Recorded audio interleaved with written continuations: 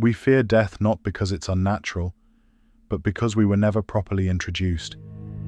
The first time we hear the word, it's whispered behind curtains. A hush falls in the room. The air tightens, and in that moment, the seed is planted. We grow up hearing that death is loss, a villain, a thief in the night. But what if it's none of those things? What if it's not taking something away, but bringing something back? We were never taught how to die, because we were too focused on learning how to survive. But the truth is, one cannot exist without the other. Every breath borrowed, every heartbeat a soft agreement. I'll return this one day. Death does not always come at the end. Sometimes it visits in moments, quietly, without grief. The moment a child lets go of their favorite toy, not because they were told to, but because they no longer feel joy holding it. The moment two people laugh together for the last time, never knowing it was the last. We experience hundreds of small deaths long before our last breath. Friendships drift, memories blur, songs lose their meaning, and yet, somehow, we keep going, as if we know, deep down, that death is not just an ending, it's a transformation. Even a falling leaf feeds the roots beneath it. Even silence makes space for something new.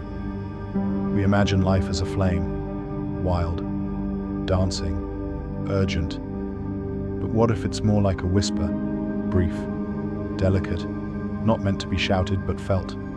We try to capture it, to trap it in photos, in awards, in legacy. But life was never meant to be captured. It was only ever meant to be noticed, to be heard like wind through trees, to be seen like morning light dancing across a quiet room. And even when it fades, even when the voice is gone, the whisper remains.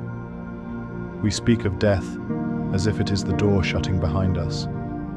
But maybe it's the door we came through before we even knew what doors were. Maybe it's the return, not the departure. We come from silence, and to silence we go, but not as the same being, not with the same eyes.